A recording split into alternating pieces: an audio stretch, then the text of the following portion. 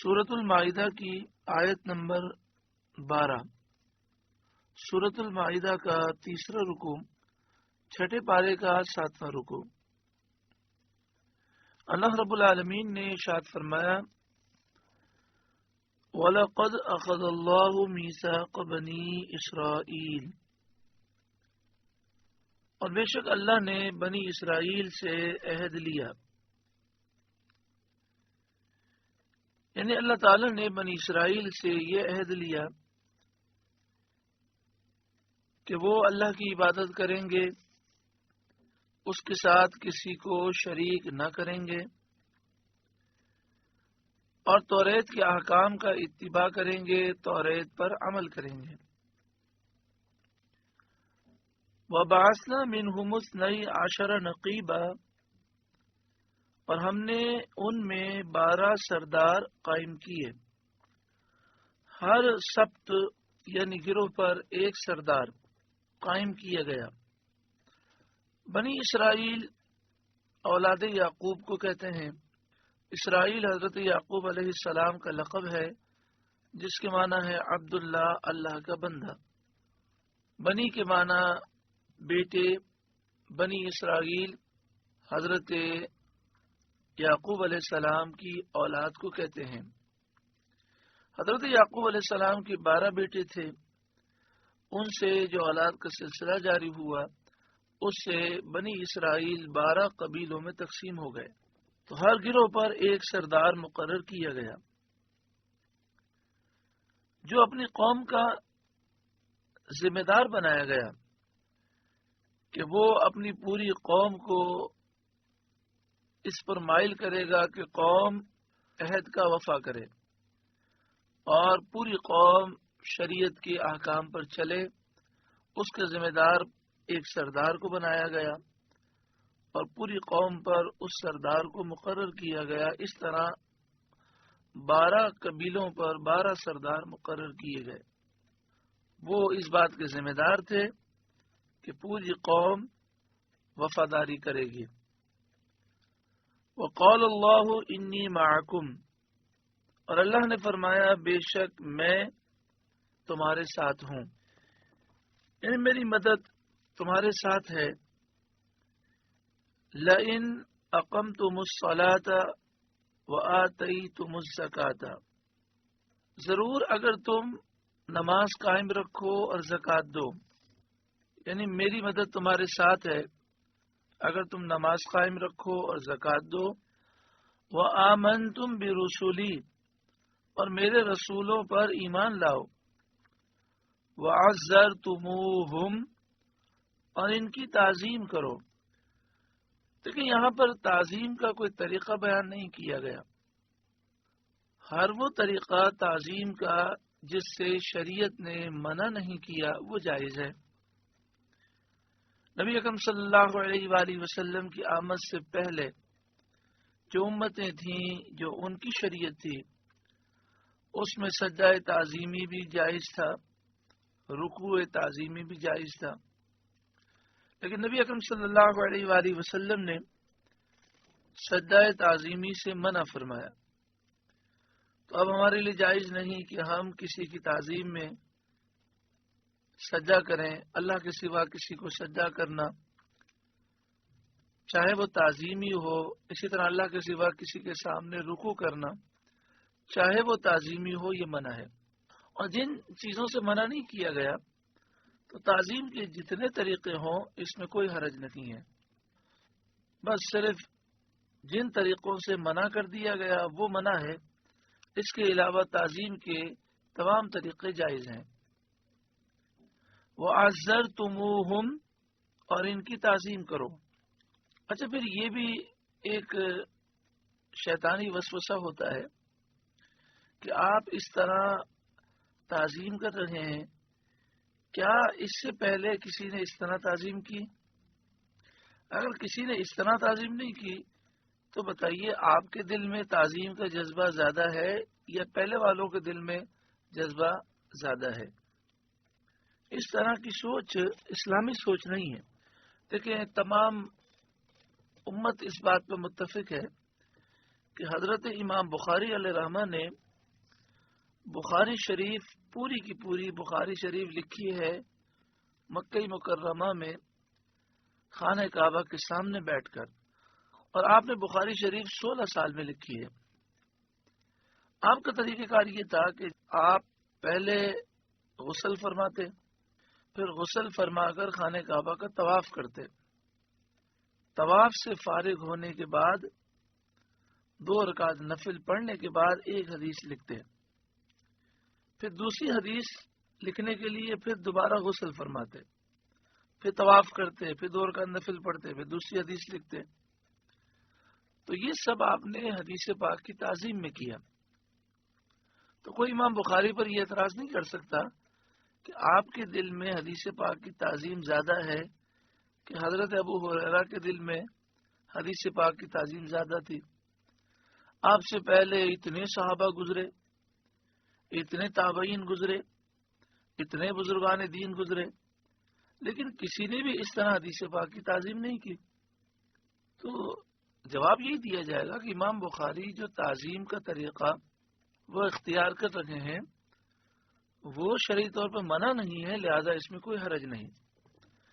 امام مالک رضی اللہ تعالی عنہ آپ سے کوئی قرآن کی آیت پوچھتا، اس کی تفسیر پوچھتا، فقہ کا مسئلہ پوچھتا، آپ چلتے چلتے بتا دیتے، لیکن اگر کوئی آپ سے حدیث پاک پوچھتا تو آپ باقاعدہ غسل کرتے اور سب سے نیا اور خوبصورت لباس آپ پہنتے، سب سے مہنگی خوشبو آپ لگاتے اور اس کے لیے عالیشان تخت آپ سجاتے اور عالیشان لباس پہن کر چاروں طرف خوشبو ہی خوشبو ہوتی اور پھر آپ اسے حدیث پاک سناتے۔ تو کیا کوئی امام مالک سے کہہ سکتا ہے کہ آپ سے پہلے اتنے صحابہ ہیں، صدیق اکبر، فاروق اعظم، عثمان غنی، حضرت علی اور 1,24,000 کم و بیش صحابہ ہیں، آپ سے زیادہ وہ حدیث کی تعظیم کرتے ہیں، لیکن ان سے تو یہ طریقہ ثابت نہیں۔ تو جواب یہی ہوگا کہ امام مالک جو طریقہ اختیار کیے ہوئے ہیں اس کی شریعت میں ممانعت نہیں آئی، تو تعظیم کا جو طریقہ شرعی طور پر حرام نہ ہو اس کے کرنے میں کوئی حرج نہیں۔ لہذا یہ فوراً سوال کرنا فلاں نے نہیں کیا تو کیا ان سے زیادہ تمہارے دل میں حدیث کی تعظیم ہے یا نبی اکرم صلی اللہ علیہ وآلہ وسلم کی محبت ہے؟ تو اس طرح تو کوئی امام مالک سے بھی سوال کر سکتا ہے کہ صدیق اکبر کے دل میں حدیث کی تعظیم زیادہ ہے کہ آپ کے دل میں؟ انہوں نے تو حدیث اس طرح نہیں سنائی۔ یہ سارے شیطانی وسوسے ہیں اور شیطان اس طریقے سے ہمیں محبت اور تعظیم سے دور کرنے کی کوشش کرتا ہے۔ وَعَزَّرْتُمُوهُمْ، اور ان انبیاء کی، رسولوں کی تم تعظیم کرو۔ وَأَقْرَضْتُمُ اللَّهَ قَرْضًا حَسَنًا، اور اللہ کو قرض حسن دو، یعنی اس کی راہ میں مال خرچ کرو۔ لَأُكَفِّرَنَّ عَنْكُمْ سَيِّئَاتِكُمْ، تو بے شک میں تمہارے گناہ اتار دوں گا، تمہارے گناہ مٹا دوں گا۔ کون کون سے کام کرو گے؟ نماز قائم رکھو گے، زکوٰۃ دو گے، رسولوں پر ایمان رکھو گے، ان کی تعظیم کرو گے، اللہ کی راہ میں مال خرچ کرو گے، تو میں تمہارے گناہ مٹا دوں گا۔ وَلَأُدْخِلَنَّكُمْ جَنَّاتٍ، اور ضرور بضرور میں تمہیں جنتوں میں داخل کروں گا، تجری من تحتها الانہار، جن کے نیچے نہریں رواں دواں ہیں۔ فمن کفر بعد ذلک منکم، پھر اس کے بعد جو تم میں سے کفر کرے، فقد ضل سواء السبیل، وہ ضرور سیدھی راہ سے بہک گیا، سیدھی راہ سے ہٹ گیا۔ واقعہ یہ تھا کہ اللہ تعالی نے حضرت موسیٰ علیہ السلام سے وعدہ فرمایا تھا کہ انہیں اور ان کی قوم کو ارض مقدسہ کا وارث بنائے گا۔ ارض مقدسہ سے مراد بیت المقدس اور اس کے ارد گرد کی زمین ہے۔ اللہ تعالیٰ نے وعدہ فرمایا تھا کہ موسیٰ علیہ السلام کو اور ان کی قوم کو ارض مقدسہ کی فتح دے گا اور وہاں کا انہیں مالک بنائے گا۔ اس وقت ارض مقدسہ میں قنعانی جبار ظالم لوگ رہتے تھے. تو فرعون کے ہلاک ہونے کے بعد حضرت موسیٰ علیہ السلام کو اللہ تعالیٰ کا حکم ہوا کہ بنی اسرائیل کو ارض مقدسہ کی طرف لے جائیں. میں نے اس کو تمہارے لیے دار بنایا ہے، گھر بنایا ہے، قرار کی جگہ بنایا ہے. تو وہاں جاؤ اور جو دشمن وہاں ہیں ان پر جہاد کرو، میں تمہاری مدد فرماؤں گا. اور اے موسیٰ علیہ السلام، آپ اپنی قوم کے ہر گروہ میں سے ایک ایک سردار بنائیں. اس طرح 12 سردار مقرر کریں. ہر سردار اپنی قوم کے حکم ماننے اور عہد کی وفاداری کرنے کا ذمہ دار ہو. یعنی سردار اس بات کی ذمہ داری لے کہ میں پوری قوم کو حکم ماننے پر مجبور کروں گا اور میرے ماتحت جتنے لوگ ہیں سب عہد کی وفاداری کریں گے. حضرت موسیٰ علیہ السلام نے 12 سردار منتخب کیے اور پھر مصر سے بنی اسرائیل کو لے کر ملک شام کی طرف آپ روانہ ہوئے. جب اریحا کے قریب پہنچے تو ان سرداروں کو حالات معلوم کرنے کے لیے آپ نے بھیجا اور ان سے فرمایا تھا کہ وہاں جو کچھ بھی دیکھو تم یہ باتیں قوم کو مت بتانا، صرف مجھے بتانا اور اس راز کو راز رکھنا. وہاں انہوں نے دیکھا کہ لوگ بہت عظیم الجثہ، بڑے لمبے لمبے قد کے ہیں، بڑے چوڑے ہیں اور نہایت قوی اور توانا، ہیبت اور شوکت والے ہیں. یعنی وہ اتنے لمبے اور چوڑے لوگ تھے کہ جن کے سامنے بنی اسرائیل بہت بونے لگ رہے تھے.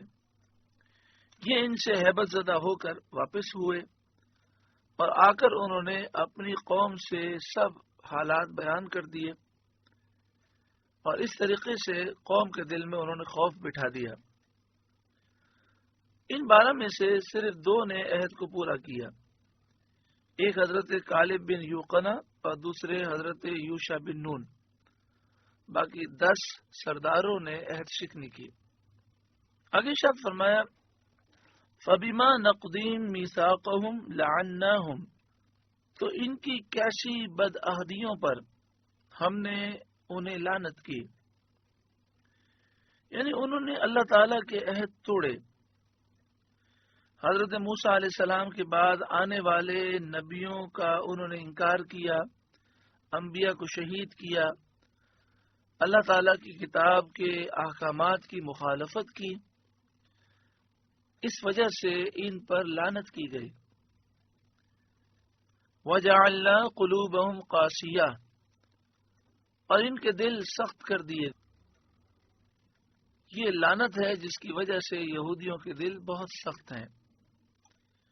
يُحَرِّفُونَ الْكَلِمَ عَن مَّوَاضِعِهِ، اللہ کی باتوں کو ان کے ٹھکانوں سے بدلتے ہیں، اللہ کے کلام کو ان کی جگہوں سے بدل دیتے ہیں. یعنی اللہ تعالیٰ کے کلام میں نبی اکرم صلی اللہ علیہ وآلہ وسلم کی تعریف، آپ کی نعتیں، آپ کی صفات ہیں، وہ ان میں رد و بدل کرتے ہیں. کچھ چیزوں کو مٹا دیتے ہیں، کچھ چیزوں کو مٹا کر اس کی جگہ دوسری چیزیں لکھ دیتے ہیں. وَنَسُوا حَظًّا مِّمَّا ذُكِّرُوا بِهِ، اور بھلا بیٹھے بڑا حصہ ان نصیحتوں کا جو انہیں دی گئیں. یعنی توریت میں جگہ جگہ یہ نصیحت تھی کہ سید عالم محمد مصطفیٰ صلی اللہ علیہ وآلہ وسلم کی تم پیروی کرنا، ان پر ایمان لانا.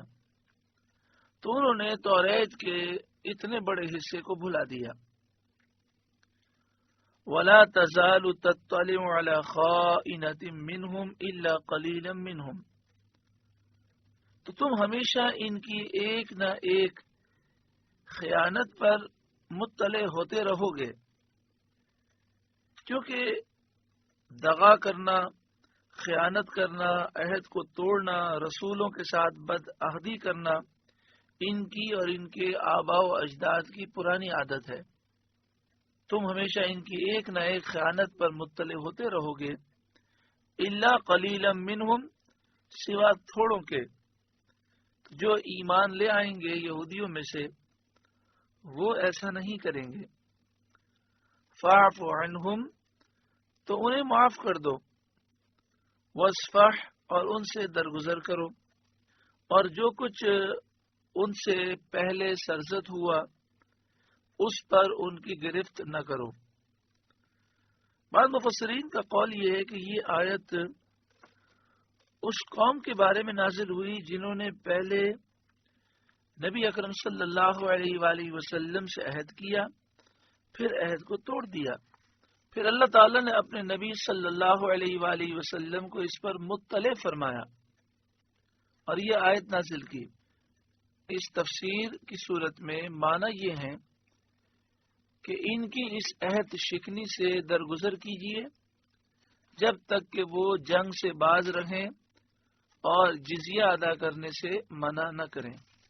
ان اللہ یحب المحسنین، بے شک احسان والے اللہ کو محبوب ہیں، بے شک اللہ احسان کرنے والوں کو پسند فرماتا ہے۔ وَمِنَ الَّذِينَ قَالُوا إِنَّا نَصَارَىٰ، اور وہ جنہوں نے دعویٰ کیا کہ ہم نصارہ ہیں۔ نصارہ کے معنی ہوتے ہیں دین کے مددگار، تو جنہوں نے دین کے مددگار ہونے کا دعویٰ کیا، انجیل پر ایمان لانے کا دعویٰ کیا، حضرت عیسیٰ علیہ السلام پر ایمان لانے کا دعویٰ کیا، اخذنا میثاقہم، ہم نے ان سے عہد لیا کہ وہ اللہ تعالیٰ پر ایمان رکھیں، اس کے رسولوں پر ایمان رکھیں، ایمان لائیں۔ فَنَسُوا حَظًّا مِّمَّا ذُكِّرُوا بِهِ، تو وہ بھلا بیٹھے بڑا حصہ ان نصیحتوں کا جو انہیں دی گئیں، یعنی جو انجیل میں انہیں نصیحتیں کی گئیں انہوں نے ان نصیحتوں کو چھوڑ دیا اور عہد شکنی کی۔ فَأَغْرَيْنَا بَيْنَهُمُ الْعَدَاوَةَ وَالْبَغْضَاءَ إِلَى يَوْمِ الْقِيَامَةِ، تو ہم نے ان کے آپس میں قیامت کے دن تک عداوت اور بغض ڈال دیا، یعنی عیسائیوں میں آپس میں نفرت ہے، دشمنی ہے، بغض ہے۔ کس وجہ سے؟ حضرت قتادہ رضی اللہ تعالی عنہ نے فرمایا، جب نصارہ نے، عیسائیوں نے اللہ کی کتاب انجیل پر عمل کرنا چھوڑ دیا اور رسولوں کی نافرمانی کی، فرائض ادا نہ کیے اور حدود کی پرواہ نہ کی، تو اللہ تعالیٰ نے ان کے درمیان عداوت ڈال دی، دشمنی ڈال دی۔ اسی طرح یہودیوں کے درمیان بھی آپس میں دشمنیاں ہیں، یہودی اور عیسائیوں کے درمیان بھی دشمنی ہے، اور دیگر جو کفار ہیں ان کی آپس میں بھی دشمنیاں ہیں، اور ایک کافر قوم کی دوسری کافر قوم سے بھی دشمنی ہے۔ لیکن جب معاملہ ہوتا ہے مسلمانوں کا تو وہ اسلام دشمنی میں سب جمع ہو جاتے ہیں، اور ان کا جمع ہو جانا اپنے مفاد کے لیے ہے۔ آج آپ دیکھیں مسلمانوں کے درمیان آپس میں بھی بہت نفرتیں پائی جاتی ہیں۔ اس کی وجہ یہی ہے کہ ہم نے اللہ کی کتاب قرآن مجید فرقان حمید پر عمل کرنا چھوڑ دیا، نبی اکرم صلی اللہ علیہ وآلہ وسلم کی نافرمانی کی، فرائض ادا نہ کیے، حدود کی پرواہ نہ کی۔ آج مسلمانوں میں گندگی، بے حیائی، عریانی، فحاشی عام ہوتی جا رہی ہے۔ آج مسلمان کہلانے والے نبی اکرم صلی اللہ علیہ وآلہ وسلم کی محبت میں، آپ کی تعظیم میں کوئی کام کیا جائے تو اس پر اعتراض کرتے ہیں۔ نبی اکرم صلی اللہ علیہ وآلہ وسلم کے علم پر اور آپ کے کمالات پر اور آپ کی شان پر اعتراض کیا جاتا ہے۔ تو یہ قوم کس طرح متحد ہو سکتی ہے اور کس طرح اسے دشمن پر غلبہ حاصل ہو سکتا ہے؟ آگے ارشاد فرمایا، وَسَوْفَ يُنَبِّئُهُمُ اللَّهُ بِمَا كَانُوا يَصْنَعُونَ، اور عنقریب اللہ انہیں بتا دے گا جو کچھ کرتے تھے، یعنی قیامت کے دن وہ اپنے کردار کا بدلہ پائیں گے، سزا پائیں گے۔ یا اہل الکتاب، اے اہل کتاب، اے کتابیوں، اے یہودیوں، اے عیسائیوں، قد جاءکم رسولنا، بے شک تمہارے پاس ہمارے یہ رسول تشریف لائے، یعنی سید عالم محمد مصطفیٰ صلی اللہ علیہ وآلہ وسلم تشریف لے آئے۔ یبین لکم کثیرا مما کنتم تخفون من الکتاب، کہ تم پر ظاہر فرماتے ہیں بہت سی وہ چیزیں جو تم نے کتاب میں چھپا ڈالی تھیں، جیسے رجم کے احکام، کہ جو کوئی شادی شدہ زنا کرے تو اسے پتھر مار مار کے ہلاک کر دیا جائے، غیر شادی شدہ یہ کام کرے تو اسے 100 کوڑے مارے جائیں۔ اسی طرح آسمانی کتابوں میں سید عالم صلی اللہ علیہ وآلہ وسلم کے اوصاف اور آپ کی نعتیں لکھی ہوئی تھیں جو تم چھپاتے تھے، اور نبی اکرم صلی اللہ علیہ وآلہ وسلم نے ان سب کو بیان فرما دیا۔ وَيَعْفُو عَنْ كَثِيرٍ، اور بہت سی معاف فرماتے ہیں، یعنی بہت سی باتیں جو تم چھپاتے ہو وہ جانتے تو ہیں لیکن ان کا ذکر بھی نہیں کرتے وہ، اور ان پر تمہاری گرفت بھی نہیں فرماتے، کیونکہ آپ اسی چیز کا ذکر فرماتے ہیں جس میں مصلحت ہو۔ وَيَعْفُو عَنْ كَثِيرٍ، اور بہت سی معاف فرماتے ہیں۔ اس سے معلوم ہوا کہ توریت میں جو باتیں وہ چھپاتے تھے ساری باتیں حضور جانتے تھے، آپ درگزر فرماتے تھے کیونکہ ان کے ظاہر نہ کرنے میں مصلحت تھی۔ قد جاءکم من اللہ نور، بے شک تمہارے پاس اللہ کی طرف سے ایک نور آیا، وہ کتاب مبین، اور روشن کتاب آ گئی۔ سید عالم صلی اللہ علیہ وآلہ وسلم کو نور فرمایا گیا کیونکہ آپ سے کفر کے اندھیرے دور ہوتے ہیں اور حق کا راستہ بالکل واضح ہوتا ہے۔ آپ نور حسی بھی ہیں اور نور ہدایت بھی ہیں۔ اللہ تعالیٰ نے آپ کو نور سے پیدا فرمایا، آپ نور بھی ہیں، بشر بھی ہیں، انسان بھی ہیں۔ اعلی حضرت امام اہل سنت امام احمد رضا علیہ رحمہ اور آپ کے خلفاء مثلا صدر الشریعہ بدر الطریقہ حضرت علامہ مولانا مفتی امجد علی خان اور دیگر بزرگوں نے یہ بات لکھی ہے کہ نبی اکرم صلی اللہ علیہ وآلہ وسلم اور تمام نبیوں کو بشر انسان ماننا ضروری ہے، جو بشر نہ مانے وہ کافر ہے۔ آقا تو جہاں صلی اللہ علیہ وآلہ وسلم نور بھی ہیں، بشر بھی ہیں، لیکن آپ سارے انسانوں میں سے سب سے افضل ہیں، سارے بشروں میں سے سب سے افضل و اعلیٰ ہیں۔ اللہ نے آپ کو ہر عیب سے پاک پیدا فرمایا اور ساری مخلوق میں سب سے زیادہ آپ کو طاقتیں، آپ کو خوبیاں، آپ کو کمالات اللہ تعالی نے عطا فرمائے۔ اعلیٰ حضرت امام اہل سنت امام احمد رضا علیہ رحمہ نے فتاوی ردویہ شریف جو جدید ہے اس کی جلد نمبر 30 میں آپ نے حدیث پاک ذکر فرمائی ہے اور اس کے کئی حوالے بیان فرمائے ہیں۔ آپ نے لکھا کہ حضرت امام مالک رضی اللہ تعالیٰ عنہ کے شاگرد اور امام احمد بن حنبل رضی اللہ تعالی عنہ کے استاد اور امام بخاری اور امام مسلم کے استاد حضرت شیخ عبد الرزاق، ان کی کتاب مصنف میں یہ حدیث پاک موجود ہے اور کئی بزرگوں نے اس حدیث کو لکھا ہے اور اس حدیث کو صحیح اور درست تسلیم کیا ہے۔ سارے حوالے فتاوی ردویہ شریف کی 30ویں جلد میں موجود ہے۔ تو اس میں حدیث پاک ہے عن جابر بن عبد اللہ قال قلت بأبی انت و امی یا رسول اللہ، حضرت جابر بن عبداللہ رضی اللہ تعالی عنہما سے روایت ہے کہ میں نے عرض کی یا رسول اللہ میرے ماں باپ آپ پر قربان ہوں، اخبرنی مجھے آپ خبر دیجئے عن اول شیء خلقہ اللہ تعالی قبل الاشیاء، اللہ تعالی نے ساری چیزوں سے پہلے کس چیز کو پیدا کیا، مجھے اس کی خبر دیں۔ قال رسول اللہ صلی اللہ علیہ وآلہ وسلم، رسول اللہ صلی اللہ علیہ وآلہ وسلم نے ارشاد فرمایا، خلق اللہ تعالی نور نبی کا، اللہ تعالی نے تیرے نبی کے نور کو پیدا فرمایا۔ تو سب سے پہلے اللہ نے اپنے نبی کے نور کو پیدا فرمایا اور پھر اس نور سے پوری کائنات کو پیدا فرمایا۔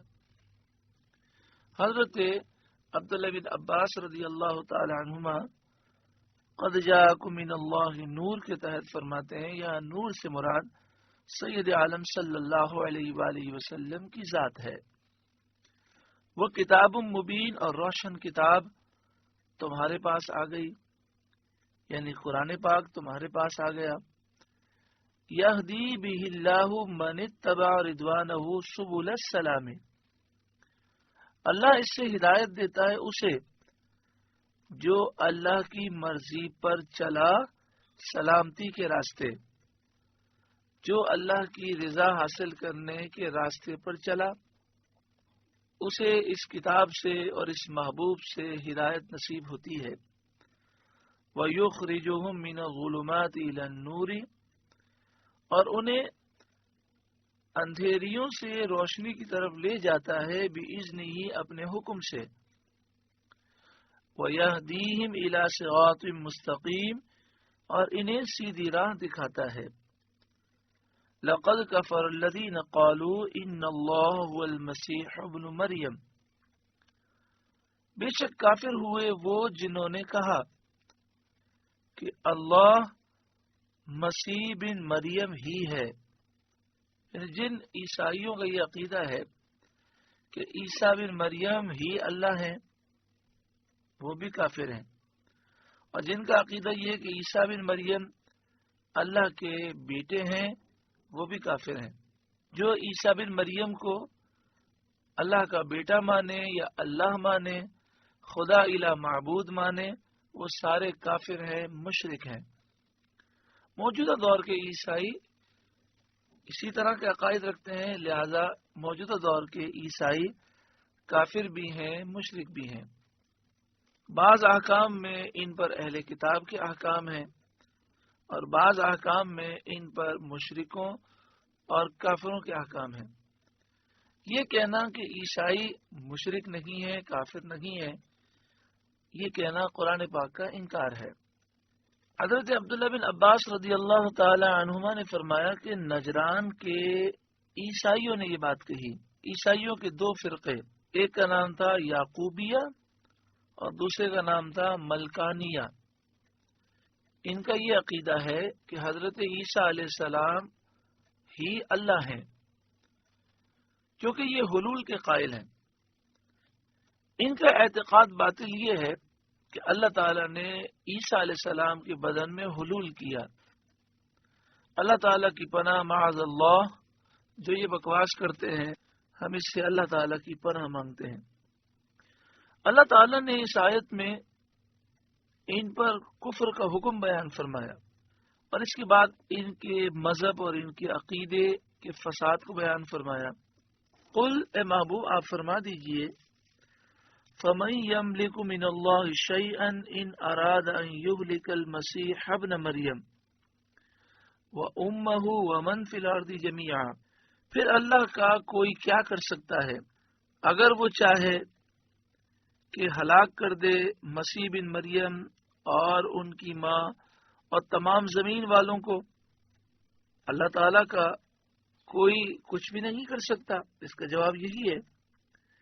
تو حضرت مسیح کو اللہ بتانا بالکل باطل اور کتنا غلط عقیدہ ہے۔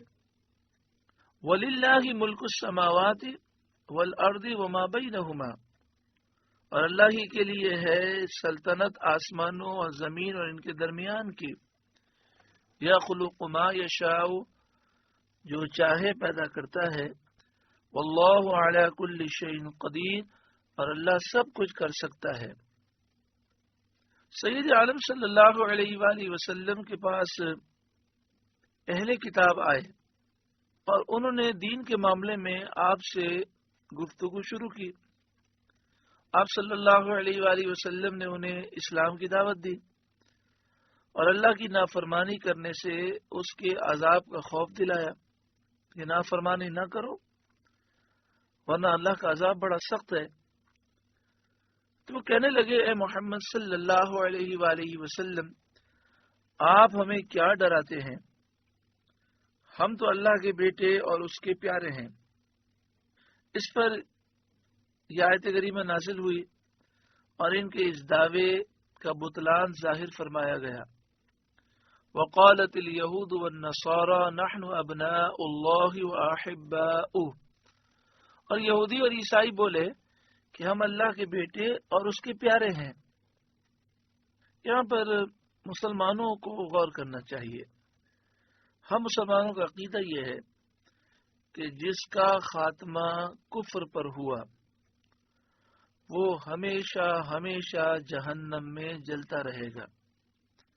اور یہ بھی عقیدہ ہے کہ گناہ کرنے میں خطرہ سب سے بڑا یہ ہے کہ گناہ کرنے سے ایمان کمزور ہوتا ہے اور بسا اوقات گناہ کرنے سے اللہ ناراض ہو جاتا ہے اور ایمان سلب ہو جاتا ہے.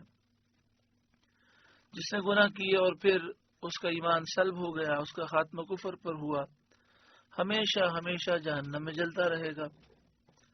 اس لیے بندہ مومن کو ڈرنا چاہیے اور گناہوں سے دور رہنا چاہیے.